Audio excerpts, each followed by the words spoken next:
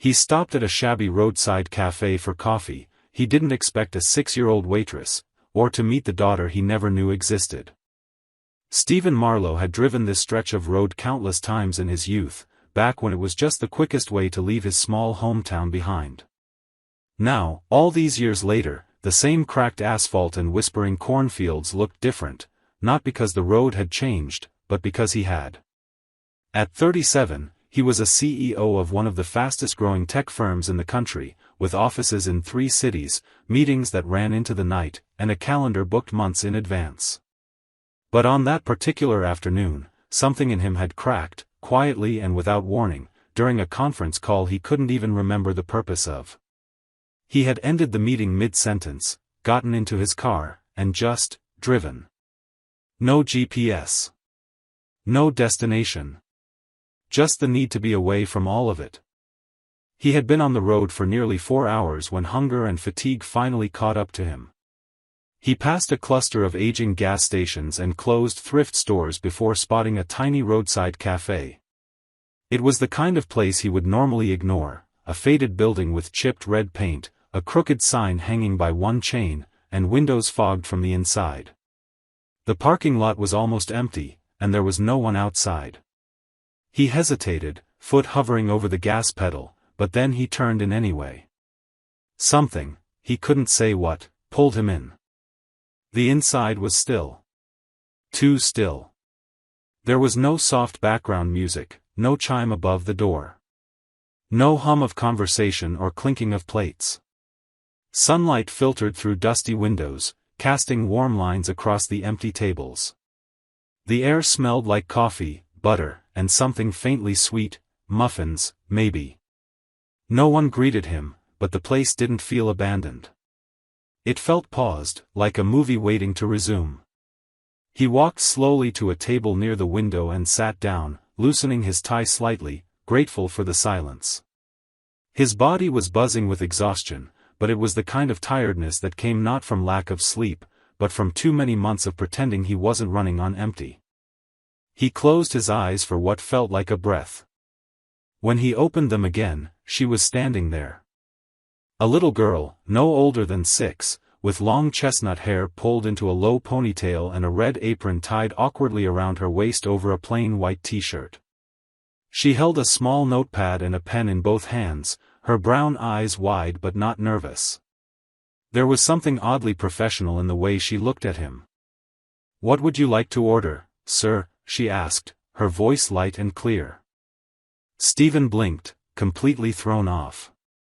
For a second, he thought maybe it was a game, that her parents were nearby. He glanced around, half expecting to see a smiling mother waving from behind the counter. But there was no one. "Wait, are you alone here?" "Where's the staff?" he asked, sitting up straighter. "My mom's in the kitchen," the girl replied without hesitation. "I help her. We don't have enough money to hire anyone else. So she cooks, and I bring food to the tables." There was no self-pity in her tone. She said it the way other kids say they help feed the dog or take out the trash. It was just life for her, normal. Stephen looked at her closely. Something about her, her posture, the curve of her mouth, the shape of her eyes, felt strange. Familiar. Like a face he had seen long ago, faded in memory, but not forgotten. "Could you ask your mom to come out for a moment?" he said gently. The girl nodded and disappeared behind the swinging kitchen door. He waited, heart beginning to beat faster for reasons he couldn't name. Maybe it was the silence. Maybe it was the girl's face that had stirred something too deep. But nothing prepared him for what came next. The door swung open again, and a woman stepped out. At first, he didn't breathe. She was wearing a kitchen apron dusted in flour, her hair tied up in a loose knot, a towel slung over one shoulder. Her movements were tired but graceful. And then she looked up. "Stephen?" Her voice cracked on his name. He stood slowly. "Anna?" It had been 6.5 years. He hadn't seen her since the day he boarded a plane to Seattle, leaving behind their small apartment, their shared dreams, and the life they had started to build together. Back then, he told himself it was necessary, he had to make something of himself. She deserved more than what he could give at the time. But he never looked back. Never called. Never wrote. Now she was standing 10 feet away, flower on her hands, her eyes wide with disbelief. And the little girl who had taken his order just moments before? She was hers. No, she was theirs. Anna didn't speak right away. Her breath caught in her throat as if even the sound of his name had stirred something painful, something long buried beneath years of survival and silence. Stephen stood frozen near the table, his fingers resting on the back of the wooden chair, but his mind was racing. The quiet hum of the refrigerator behind the counter and the distant bubbling from the kitchen were the only sounds filling the strange stillness between them. He hadn't expected this, hadn't expected to find her here, hadn't expected to see her at all, not now, not ever. She looked older, not in a way that made her seem worn out or less beautiful, but in a way that told him life had demanded more of her than it should have. Anna finally moved, her eyes blinking hard as if waking from a vivid dream. She stepped toward him, slowly, carefully, almost like she wasn't sure if he was real. When she reached the edge of the table, she let out a breath she'd been holding and folded her arms across her chest, not defensively, but as if holding herself together. "What are you doing here?" she asked quietly, her voice more steady than he expected. Stephen cleared his throat. "I was driving. I didn't even know where I was going. I just saw the cafe and stopped." He could see the storm behind her eyes, questions crashing into one another, restraint holding them back.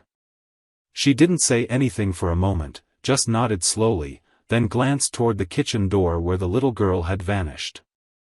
When she turned back to him, her voice was barely above a whisper. "You met Jamie." His heart dropped.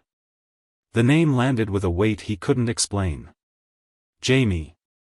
The little girl with chestnut hair, a red apron, and steady brown eyes. His mind immediately tried to do the math, but his chest already knew the answer before the years could be counted. He hesitated. "She's mine?" Anna looked at him then, not with anger, but with something far heavier, sadness. She nodded. "I found out I was pregnant just after you left. I tried to reach out once. You'd already changed your number. I was scared. And then I thought, maybe you were better off not knowing."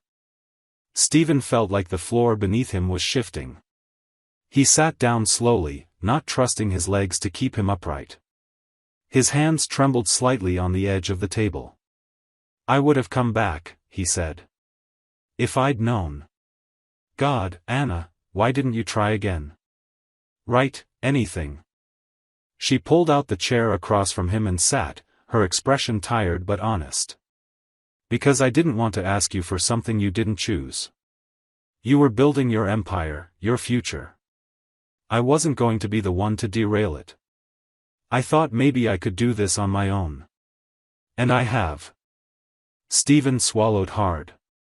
"You shouldn't have had to." Anna's mouth twisted into a small, sad smile. "Maybe. But it happened. And she's the best thing that's ever happened to me. Even when I had nothing, I had her. And that was enough." They sat in silence for a few moments. He looked around the cafe, the worn tables, the mismatched chairs, the faded menus written in chalk on an old board. It was humble. But it was real. It was clearly something Anna had built with her own hands, day by day, likely out of necessity rather than passion. And now, he saw the weight of those years in her face. "Does she know?" he asked, finally. Anna shook her head. "Only that her dad was someone I used to love, but that he had to leave. I never lied. I just didn't give her a face to miss." Stephen stared at the table, his jaw tight. There was so much he wanted to say, apologies, regrets, pleas. But none of it felt like it would be enough. Nothing could rewrite the 6.5 years he had missed. Suddenly, Jamie reappeared through the kitchen door, carefully balancing a glass of water on a tray. She walked over with the kind of cautious precision that made Stephen ache. No child should be working like that, taking on roles bigger than their age. But when she placed the glass in front of him and gave a proud little nod, he smiled, even as emotion gripped his chest. "Did I do it right?" she asked, looking at her mom. "You did great, sweetheart," Anna said gently. Jamie turned back to Stephen. "Are you gonna stay for lunch?" He looked into her eyes and felt something deep inside him shift, settle, and wake all at once. He nodded slowly. "Yeah. I think I will." And in that moment, though none of them quite understood what it meant yet, something had begun to change. Not fixed. Not forgiven. But opened. A door, once locked, now quietly ajar. The afternoon sun had shifted by the time Stephen finished his lunch, casting a softer golden hue through the cafe windows. The food was simple, vegetable soup with homemade bread and a slice of warm apple pie, but he could barely taste any of it. His thoughts were tangled, running in circles between the reality of the present and the weight of the years he had missed. Across the table, Jamie chatted between bites, unaware of the storm building inside the man she had only just met. Her voice was light, full of the kind of innocence that came from not yet knowing the world could break you. She asked him questions like, "Do you have a dog?" and "What's your favorite ice cream?" with a natural ease that made him want to cry and laugh at the same time. He answered every one of them, his voice steady even as his heart ached. Anna stayed mostly in the kitchen, checking in occasionally but giving them space. He could feel her watching from a distance, her movements careful, protective. She wasn't sure yet what he wanted, and truthfully, neither was he. But one thing had become crystal clear: Jamie was his daughter. There was no room for denial. She had his eyes, his chin, even the same awkward left-handed grip on her spoon. More than that, there was something in the way she watched people, a quiet observation before she spoke, that felt eerily familiar. He recognized himself in her in a way that couldn't be explained away by coincidence. After Jamie finished her pie, she excused herself and skipped off toward a small corner of the cafe where she had set up a coloring station, crayons, papers, and a few worn storybooks. Stephen watched her for a while, her small frame hunched over the table, deeply focused. The sight of her, so content, so unaware of the emotional earthquake he was experiencing, nearly undid him. He turned toward Anna as she approached with a cup of coffee for herself and sat down again across from him. He looked at her, really looked, and saw exhaustion in her eyes, not just from the day, but from years of doing everything alone. "How have you managed all this?" he asked quietly. Anna shrugged and wrapped her hands around the mug. "One day at a time. I had savings at first. Then I worked nights. Then I borrowed to buy this place. It's not much, but it's ours. Jamie loves it here. She thinks owning a cafe is the coolest thing in the world." Her lips curled into a tired smile. "You did all this alone," he said, more to himself than to her. "I had no choice," she replied, gently but firmly. "I couldn't chase you down. I couldn't raise her and chase your ghost at the same time. I had to choose her. I chose her." Stephen nodded slowly. He couldn't argue with any of it. She had done what he hadn't, stayed, fought, grown up. And now he was the stranger in his own story, trying to step back into a chapter he had abandoned without reading it through.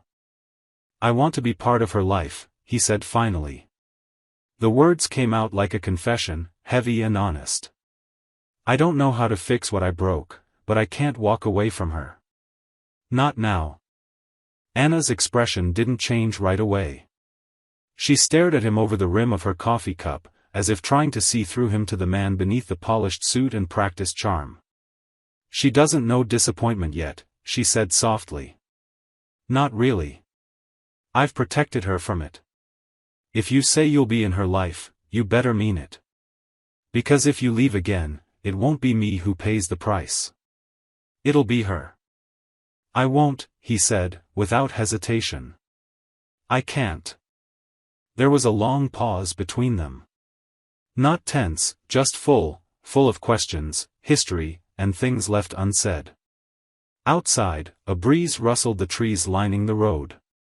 Inside, Jamie sang quietly to herself as she colored, the tip of her tongue poking out in concentration.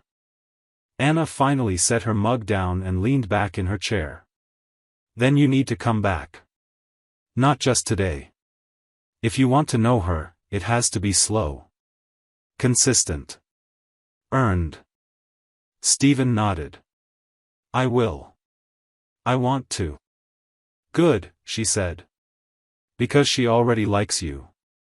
And if she starts to love you, she didn't finish the sentence, but the meaning was clear. He looked down at his hands, then at his daughter, and something inside him settled. Not resolved, not fixed. But grounded. For the first time in years, he felt like he was exactly where he was meant to be. And that realization scared him as much as it gave him hope. Stephen returned 2 days later. He wasn't sure if it was too soon, but waiting any longer felt unbearable. The image of Jamie's face, the way she had smiled when she asked if he'd stay for lunch, had played over and over in his mind like a song he couldn't turn off. He hadn't told anyone at the office where he was going. His assistant assumed he was taking a mental health day. In some ways, maybe he was. But this was more than mental. This was something pulling at his soul. When he parked in the same gravel lot, the cafe looked just as it had before, faded, small, tucked into the quiet roadside like a forgotten secret. But this time, it didn't feel like a stop on a long journey. It felt like the beginning of one. Jamie was the first to see him through the window. She ran to the door and pushed it open with both hands. You came back, she shouted, grinning so widely her cheeks flushed pink. I told Mommy you would. Stephen crouched to her level. I said I would, didn't I? She nodded, then grabbed his hand and pulled him inside, chatting all the way about the cookies they were baking and the book she wanted to show him. Anna stood behind the counter, her eyes guarded but soft. She gave a small nod, approval, or maybe cautious acceptance.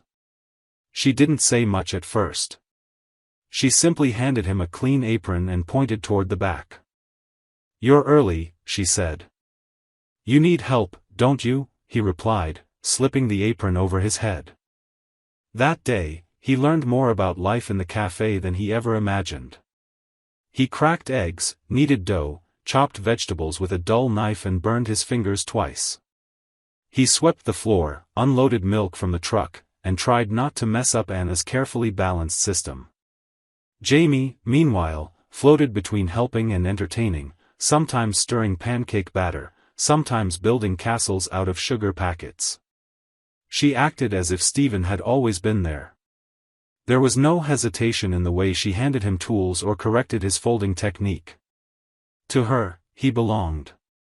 As the sun began to dip behind the trees, the last customer paid and left, and Anna flipped the sign to closed. The three of them sat in the back corner booth, sharing leftover slices of pie and wiping their hands on napkins. The silence was companionable, not heavy. Anna looked tired, but it was the kind of tired that came with having done a good day's work, not the kind born of loneliness. Stephen leaned back, stretching his arms along the top of the booth. You run this place on your own every day? Anna nodded. Every day except Sundays. That's the one day Jamie and I try to just be. You're incredible, he said, not as a compliment, but as a quiet truth. She didn't smile at that. Instead, she looked at him with something that resembled pain. Don't say things unless you mean them, Stephen. I do, he said. I've meant a lot of things, I just didn't always say them. She stared at him for a long moment, then looked away. Words are easy. Showing up, that's the hard part. I'm here now. I know. And if you keep showing up, maybe that'll be enough." They didn't speak again for several minutes. Jamie had fallen asleep in the booth, her head on her folded arms, one cheek smudged with chocolate and powdered sugar. Her breathing was soft, even, and full of trust. Stephen watched her, a strange tightness in his chest. He had missed every first word, every first step, every sleepless night. But somehow, he had arrived in time for something else, something still whole. When he offered to carry her to the car, Anna hesitated, then nodded. He lifted Jamie gently into his arms, surprised at how light she was, how naturally her body curled into his like it had done this 100 times. Anna unlocked the back door of her old sedan, cleared the front seat of books and receipts, and helped him settle Jamie inside. She fastened the seatbelt with practiced speed, brushing a strand of hair from her daughter's face as she did. Stephen stood beside the car, hands in his pockets, unsure if he should say goodbye or ask to stay longer. Anna leaned against the door and looked at him. "She's going to ask questions," she said. "About what this means. About who you are. I've told her you're someone important from my past. But she'll want more. Soon." Stephen nodded. "Then I'll tell her. The truth. As much as she's ready to hear." Anna tilted her head slightly. "And what about your world? The one with glass offices and billion-dollar contracts? What happens when this doesn't fit into your schedule?" He met her gaze directly. "Then my schedule changes." She studied him for a moment longer, then finally, for the first time since he'd come back, she smiled, not politely, not cautiously, but genuinely. "Okay. Then come for Sunday." He blinked. "Sunday? You said it's our day. Maybe it's yours too." Stephen smiled back. "I'd like that." As she drove away, brake lights glowing in the dusk, Stephen stood in the gravel lot a moment longer, watching until they disappeared around the bend. The world he'd built over the last decade suddenly felt smaller, quieter, less vital. What mattered now wasn't the life he had created alone, but the one he had almost missed, waiting quietly at a roadside café, wearing a red apron and calling him daddy before she even knew why. Sunday came with early light creeping through the curtains and a cool breeze slipping in through a cracked window. Stephen had barely slept the night before. Not from anxiety exactly, but from anticipation that gnawed at him with both hope and guilt. He had been many things in his life: an ambitious student, a relentless entrepreneur, a leader, a strategist, but he had never been a father. Not truly. And yet today, for the first time, he was stepping into something deeper than a role. He was stepping into responsibility, connection, and whatever would come from finally facing what he'd missed. He arrived at the cafe 10 minutes before 10, unsure whether to knock or just walk in. The sign still read, "Closed," but the smell of cinnamon and warm butter drifted into the parking lot.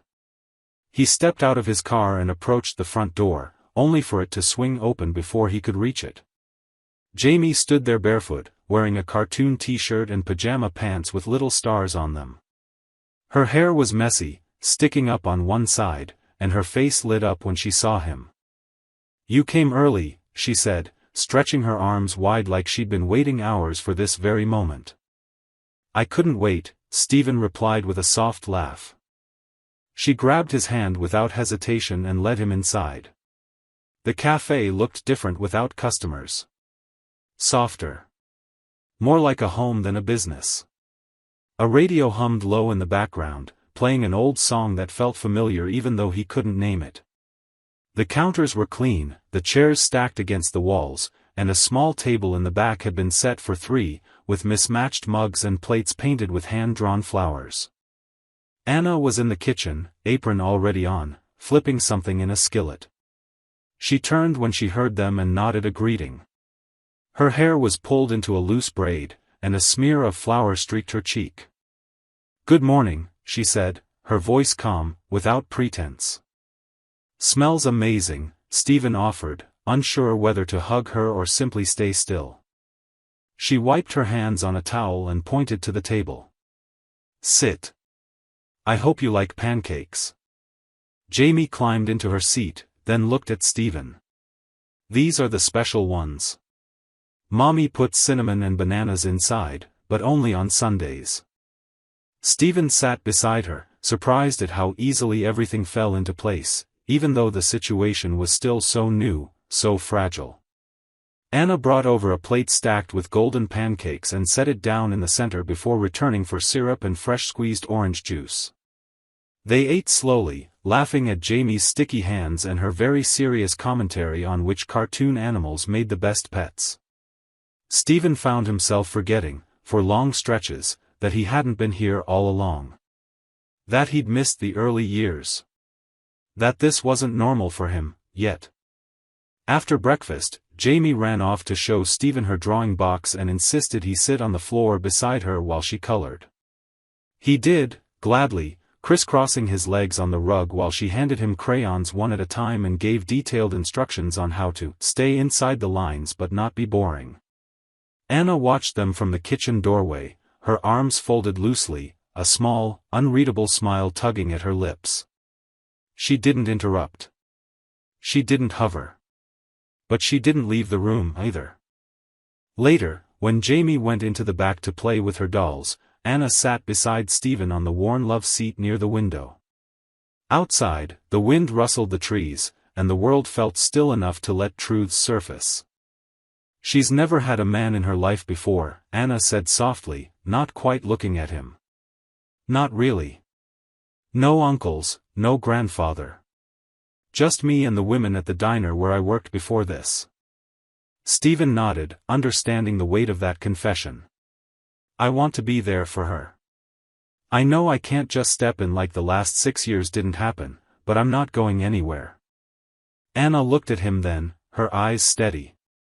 She's already attached to you. You see that, right? He nodded again. I see it. And I feel it. That scares me, honestly. Because I don't want to hurt her. I don't want to promise something I can't keep. Then don't make promises, Anna said. Just keep showing up. He leaned back, exhaling slowly. I think I can do that. The silence between them was full, but not uncomfortable. It felt like an agreement. A fragile beginning.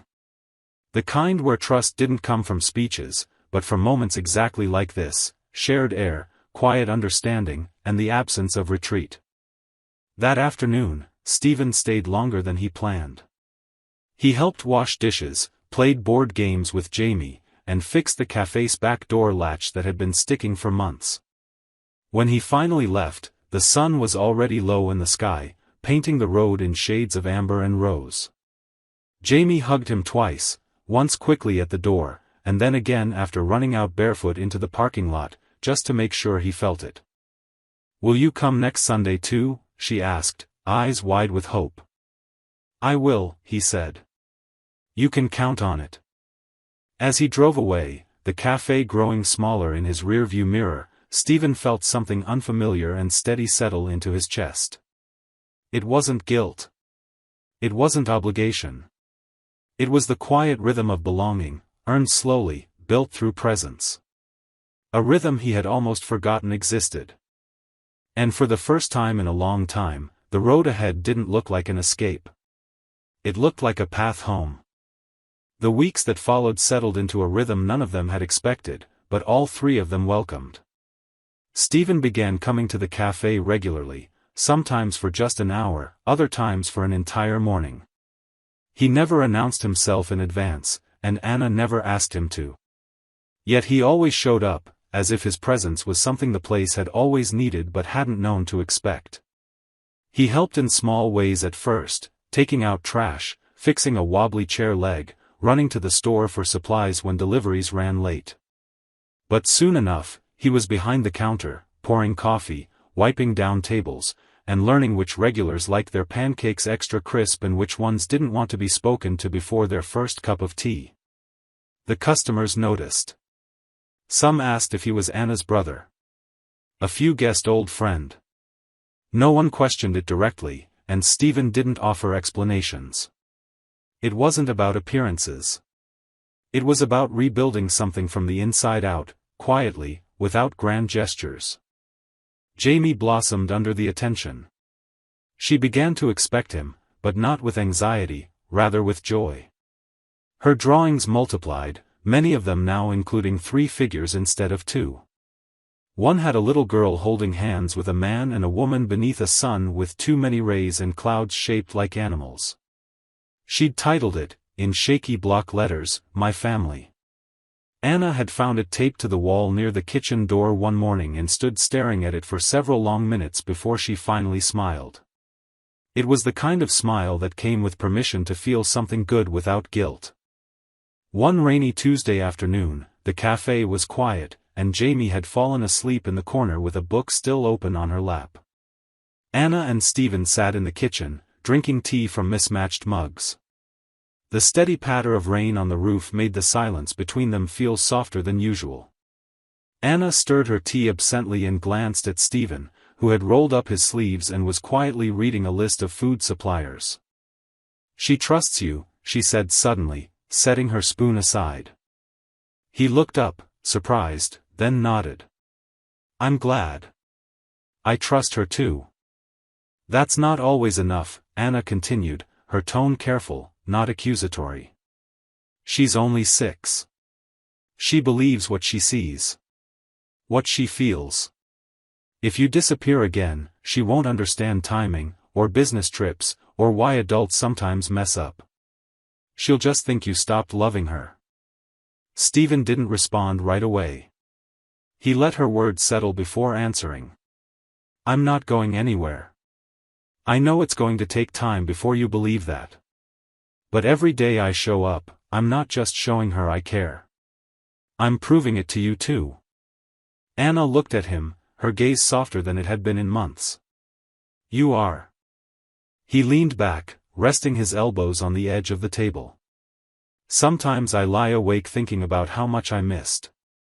Her first steps. Her first words. Her first cold. The first time she got scared at night. You carried all of that on your own. And I can't change that.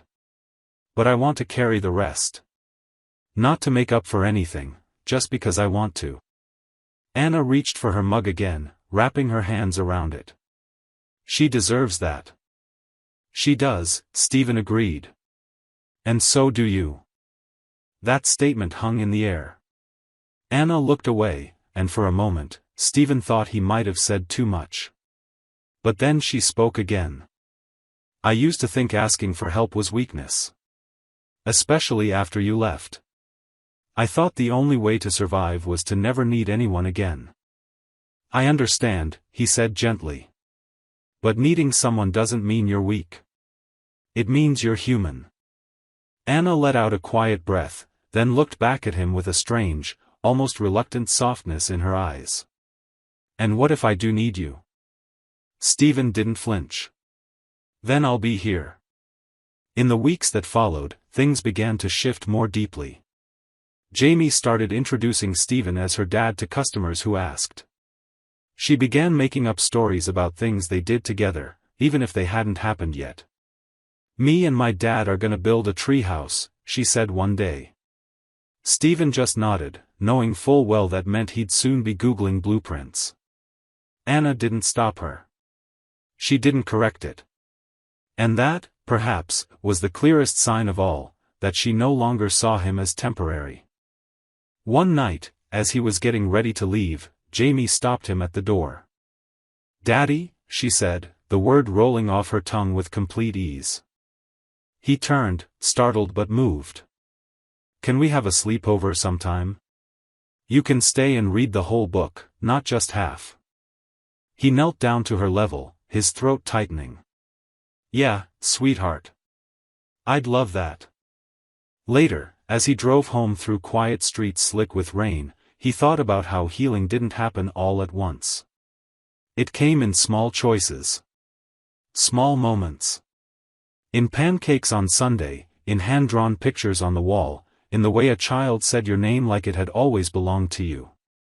And though he hadn't been there at the beginning, he knew now, without a doubt, that he would be there for everything that came next.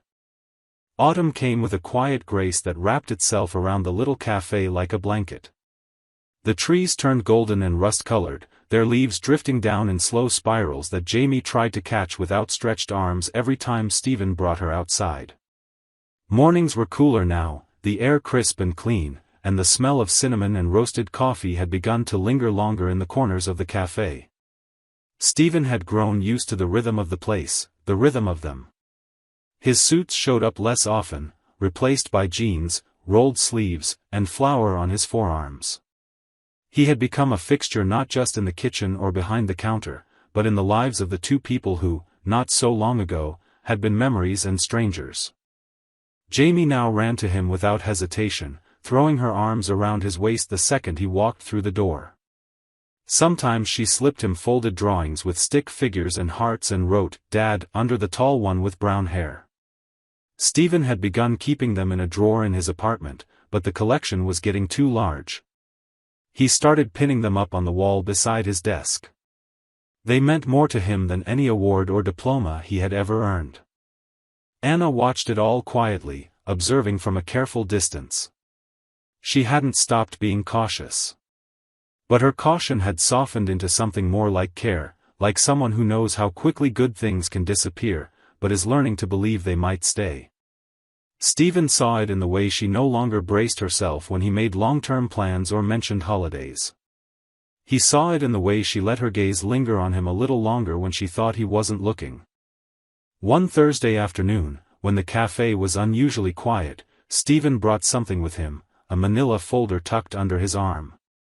It wasn't flashy, and he didn't make a big show of it. But after Jamie had gone to the back room to play, he slid it across the counter to Anna, his expression steady and calm. "What's this?" she asked, drying her hands on a dish towel. "Legal paperwork," he said. "I want to file for joint custody." Anna's eyes froze on the folder. Her fingers tightened slightly around the towel, and she didn't speak right away. "Why now?" she asked finally, her voice low, unreadable. "Because I want to be there for real," he answered. "Not just for the good days. Not just when it's easy. I want to be the one the school calls when she's sick. I want to sign her permission slips. I want to show up at dance recitals and dentist appointments. I don't want to just visit her life, I want to be part of it. Officially. Permanently." Anna let out a slow breath and looked at the folder like it might bite her. "It's a lot of change for a little girl." "I'm not asking to take her away," he said gently. "I'm not even asking for anything more than what I've already started doing. I just want her to know it's real. That I didn't just show up for a season. That she has a dad. And that she has two parents who put her first. Always." Anna's eyes softened. She reached out and touched the folder, her fingers brushing his. "She already knows," she whispered. "You're not the one who has to prove it anymore." Stephen didn't reply. He simply nodded and waited. Eventually, she picked up the folder and set it aside, not to dismiss it, but to consider it. "Let me read everything. Let me sit with it," she said. "Of course," he answered. "Take all the time you need." That night, he stayed for dinner. They didn't eat in the cafe but in the small apartment above it, which Anna rarely invited anyone into. It was a modest space, 2 bedrooms, a narrow kitchen, and mismatched furniture that told a quiet story of years spent making do. But it was warm. Safe. Full of life. Jamie made him sit next to her at the small table and insisted he try her famous mac and cheese, which she stirred herself while Anna supervised with a knowing smile. After dinner, while Anna cleaned up, Stephen helped Jamie build a fort out of couch cushions and blankets. She crawled inside and begged him to read a story, so he pulled a tattered picture book from the shelf and began, his voice low and animated as she curled into his side. Anna stood in the kitchen, watching them from a distance. The sound of his voice, the way Jamie leaned against him, the laughter that came so naturally, it stirred something deep in her chest. It was something she had locked away long ago, a kind of hope she had been too afraid to name. Not just for Jamie, but for herself. Later that evening, after Jamie had fallen asleep, Stephen stood at the door, unsure whether to hug Anna or simply say goodnight. She solved it for him by stepping forward and placing a hand lightly on his arm. "You've changed," she said quietly. "But you're still the same in all the ways that mattered." "I wish I'd come back sooner," he said. She shook her head. "If you had, maybe you wouldn't have been ready." There was a long pause. Then she added, "We're getting there. All of us.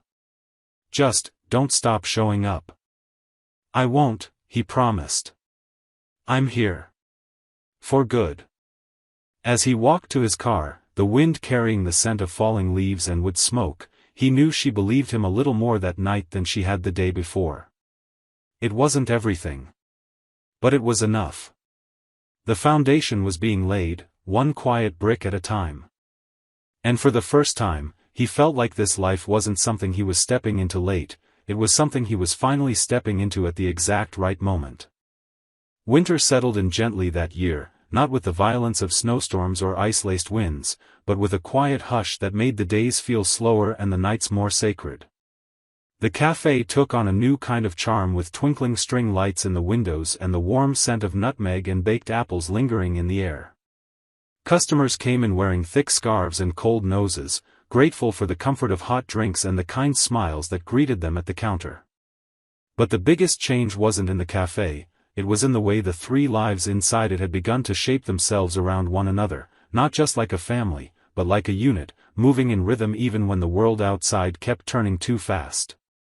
Stephen had become more than a presence. He had become a constant. The paperwork had been filed, and after a few weeks of legal process, Anna signed her name beside his. It wasn't a relinquishing of anything, it was a shared promise. Jamie now had 2 names on the school emergency contact list. 2 people cheering in the audience at her winter play. 2 sets of arms always waiting when she ran through the front door. Anna hadn't stopped watching him closely, not out of suspicion anymore, but out of wonder. Wonder at how quickly the once absent man had become the beating heart of their small world. And Stephen, for his part, treated every mundane task, school pickups, dentist appointments, helping with math homework, as sacred duties. Not because he wanted praise, but because he knew how easily he could have missed it all. And he was done missing things. One evening in mid-December, just before closing time, the café was quiet. A soft snow had begun to fall, making the streetlights glow with a kind of dreamlike softness. Jamie had fallen asleep in the booth near the window after helping her mother pass out cookies to the last few customers. She was curled up in a blanket, her mouth slightly open, clutching a small stuffed reindeer to her chest.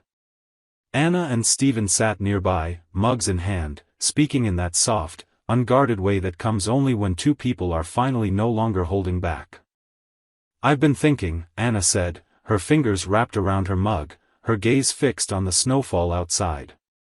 Stephen glanced at her, the gentle flicker of the café lights reflecting in his eyes. "About what?" "About how we got here," she said. "How strange it is, that after everything, after all the silence and the time apart, this is where we ended up. Not broken. Not bitter. Just, here." Stephen nodded. "I think about it every day. I used to imagine all the ways I would feel if I ever saw you again," she admitted. "Anger, mostly. Sadness. A lot of words I'd never get to say. But none of it happened the way I thought. The second I saw you, it wasn't fury. It was just breathlessness. Like my life had paused, and it finally unpaused." Stephen looked at her, his voice quieter now. "I didn't know what I was walking into. I was running from something that day. I thought I was exhausted from work, from pressure, but really, I think I was exhausted from being alone." Anna smiled, not a wide smile, but one that reached all the way to her eyes. "You're not alone anymore. Neither of them said anything for a while. They just sat there, listening to the hum of the heater, the ticking of the old clock above the counter, and the steady breathing of their daughter nearby. Eventually, Stephen set his mug down and turned to face Anna more fully. "I want to talk to you about something," he said. She tilted her head slightly, curious. "Go on." "I don't just want to co-parent. I don't just want to be the guy who comes to school plays and birthday parties. I want to build something with you. For real. Not because we have a child. But because we have something that never really went away." Anna's breath caught for a second, and then she asked, very gently, "What are you saying?" "I'm saying that if you'll let me," he said slowly, "I'd like to come home. Not as a guest. Not as a helper. As your partner. As your family. I'd like to marry you." The silence that followed wasn't filled with shock, but with emotion too deep to move quickly. Anna looked at him, her eyes glistening, and she set her mug down slowly before reaching for his hand across the table. "I need time," she said. "Not because I don't feel the same. But because I want to say yes with my whole heart. And I think it's getting there. Every day, it's getting there." Stephen nodded, completely at peace. "That's more than enough for me." A few weeks later, on Christmas morning, Jamie woke to find her parents sitting together on the couch, watching her open presents with sleepy eyes and excited hands. She didn't know about proposals or paperwork. She didn't understand timelines or emotional healing. She just knew that her mom was smiling more than ever, and her dad never missed a moment anymore. For her, it was simple: they were together. Later that day, as snow fell more heavily and the cafe stayed closed, the three of them played board games and baked cookies in the kitchen, singing off-key holiday songs and dancing in their socks. No one made grand speeches. No one tried to define what this new beginning was. It simply existed, whole and imperfect and full of love. And that, after everything, the years apart, the silence, the almosts and the what-ifs, was more than any of them had ever dared to dream. Not a second chance. A new life. Chosen, together.